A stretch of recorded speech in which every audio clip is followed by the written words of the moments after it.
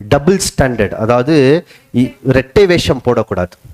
ஒன்னா இப்படி இருந்துடணும், ஒன்னா அப்படி இருந்துடணும். அநேக நேரத்தில் நம்ம எதை தான் போட்டுன்னு இருக்கிறோம்னா ரெட்டை வேஷம். இப்போ திருப்பி வரலாம், கிட்ட முடிவுக்கு வந்துட்டோம். இப்போ இதுக்கு என்ன இருக்கு? பார்வை. என்ன மாதிரி பார்வை? தூர பார்வை. ஒரு வாட்டி சம்மரி பண்ணிக்கலாம். முதல் படி, நம்ம இந்த இடுக்கமான வாசலுக்குள்ள வரணும் போது நம்மளுடைய ஞானஸ்தானம் முடிஞ்ச உடனே ஏற்கனவே ஒரு மூட்டையை சுமந்து நிற்கிறோம். நம்மளுடைய வாழ்க்கையில 10 வருஷத்துக்கான மூட்டை, 20 வருஷத்துக்கு மூட்டை. என்னது?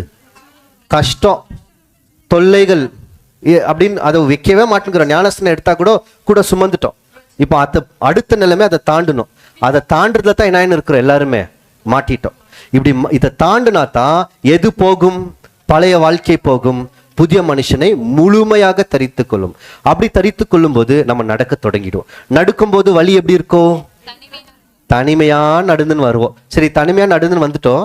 இப்போ கொஞ்சம் தூரம் வந்துட்டோம், நம்மளுக்கு பலன் எல்லாம் கொடுத்துட்டாரு. என்ன பண்ண தொடங்கிடுவோம்?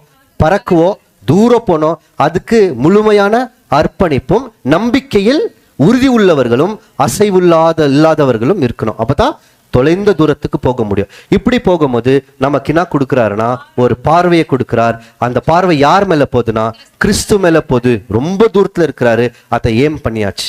கிறிஸ்துவை போல் நாம் மாற வேண்டும்.